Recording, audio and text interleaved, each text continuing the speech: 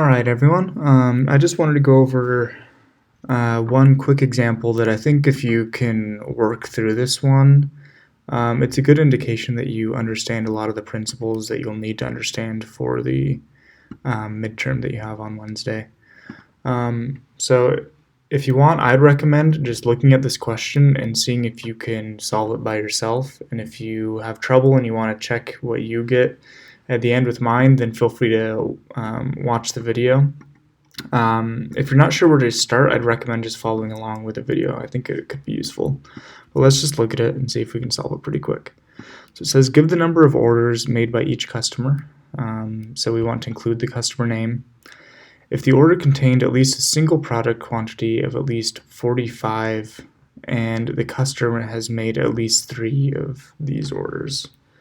So if we're looking at classic models, we see that we want the customers, and we're wanting the number of orders that they've made. So you can see we have customer names. We need to include this table since we want to show that data.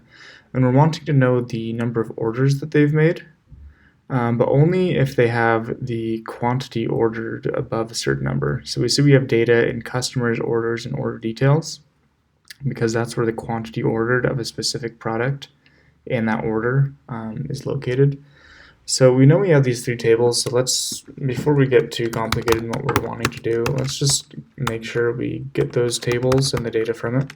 So let's go customers, I'll just call it C, join orders on C dot customer number equals O dot customer number. So if we stop there, this isn't done yet, but by C dot customer number. Sometimes I just like to make sure the joins are working and I understand what's going on. So you see right now we have customers and then we're joining orders. So each row no longer right now it no longer represents a specific customer. We have this atelier graphique, or however you pronounce it, repeated 3 times because they have 3 orders. And you can see those 3 different orders right here that are repeating over here. And then once we join, but we know that we also need the quantity ordered. We only want products that have a quantity ordered, or we only want orders that have at least one product that with a quantity ordered over 45. So we need to join in order details. I'll just call it OD. OD dot order number equals O dot order number. So just before we even do any group bys or counts or anything like that, let's look at this, and you notice for this same customer the rows have increased by quite a few.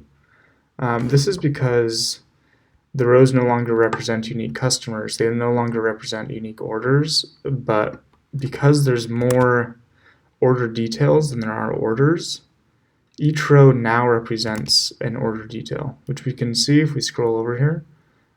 Order numbers are now repeating. So each row, like if we do counts, we're not actually counting orders, we're counting order details. And I think understanding that is key when we are joining multiple tables but we only want to count. Especially because we want a count of the orders but not the count of order details, and that's important to understand what each row represents. So let's see here, we say that we want the number of orders made by each customer. So we know we need to include the customer name in there. So we can do customer name. You can see so we can see that it's giving us that, except it's repeating, and we know we want just one customer name showing and then the amount of orders that they've made. So we know we want the customer name and we want to count. And since we want a count of how many orders each customer has made, that's what we want to group by. So let's just do that, make sure it's working. And you can group by customer name. I prefer, for grouping by customers, to just use the primary key. So I'm going to go with C dot customer number. And then you can use, if you group by the primary key, you have access to any attributes of that group. So this is grouping by a customer, so we could include any attributes here, including customer name. So if we run this, you see now we just have the customer's names. We also have access, when we use the primary key, to do anything else. Like if I had asked you to include the phone, that works totally fine because we're grouping by the primary key of customer, so we have access to all of these attributes of the group. But as soon as we try to do something that is an attribute of the group, like let's say order date,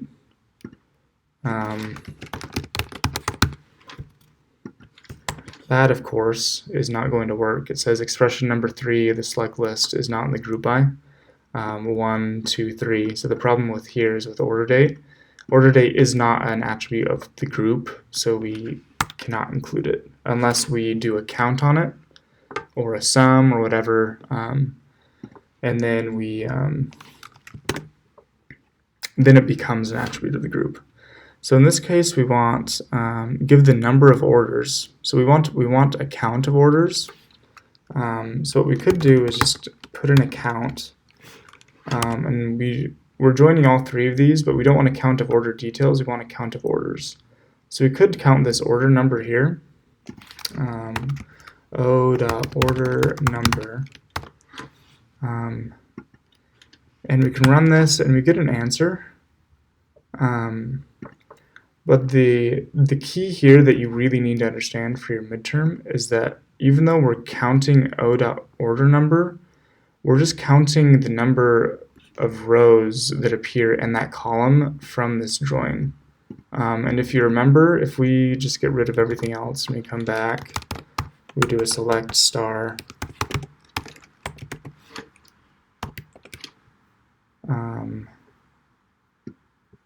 and why don't we order it by customer number?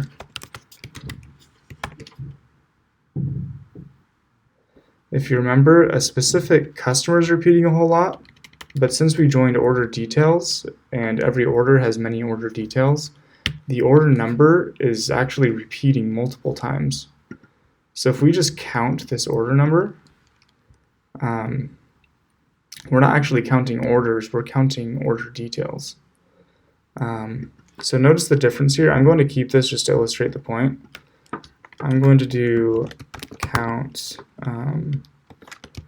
distinct o.order number, which means once we group by a specific customer, like this customer repeats a few times, it's going to only count order numbers if that appear just once. So for this one that ends in 36, it's only going to count that as once, rather than if you leave out distinct, it'll count it just as 3 separate ones.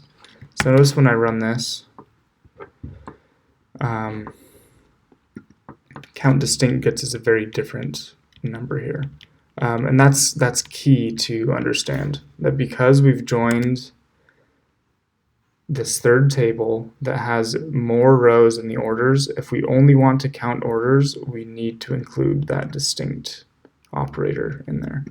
So I'm going to get rid of this one because this is counting order details, this is counting order numbers.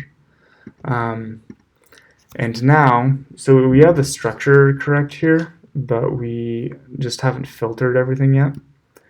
So it's saying we want the count or the number of orders made by each customer if the order contained at least a single product quantity of at least 45.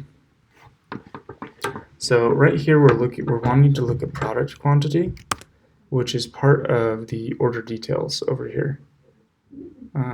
So we see that. And if you come back here before we group,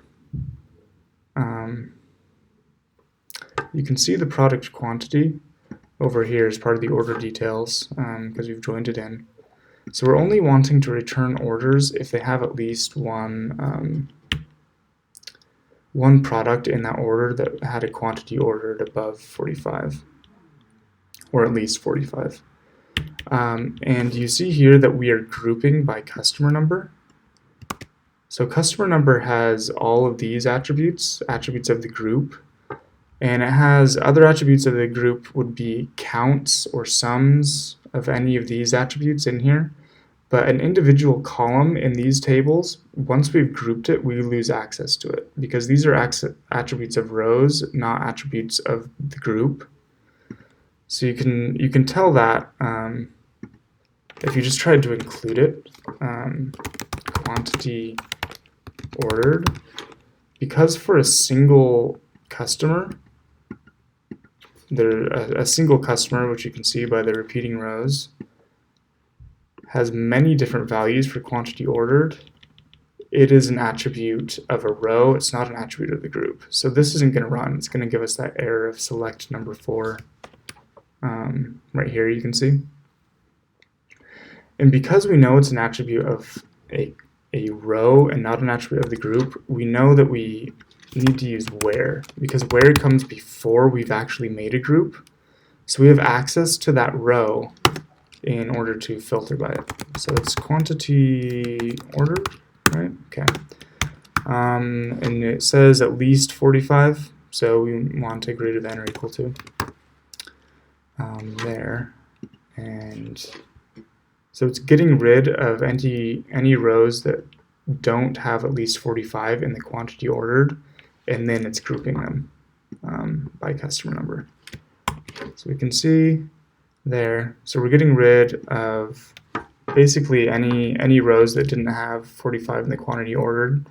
So if an order consisted of anything below that, then we're just filtering out those, and you'll notice this count here is significantly smaller than that. Then we come to here where it says if at least 45 and the customer made at least 3 of those orders. So this is a count of the orders, right? And we're only wanting to include orders or customers that have made at least 3 of these kinds of orders. So the count of orders is an attribute of the group, which is customers. Customers have made 1 order, which is a count.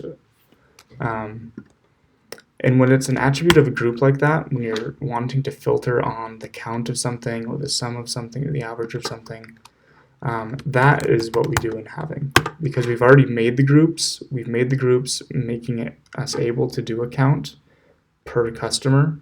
But then once we have the groups, we want to filter those groups. So we can do a filter on this count. If we just throw it in here, and we only want to do those that have made at least 3. So that's another greater than or equal to 3.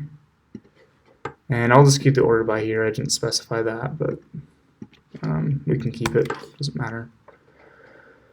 And there we have it. You'll notice that we're only keeping those that have at least 3 in this column. And we can see the number that they've made. I didn't ask for phone, so you can get rid of it if you want. Doesn't really matter. And there we have it.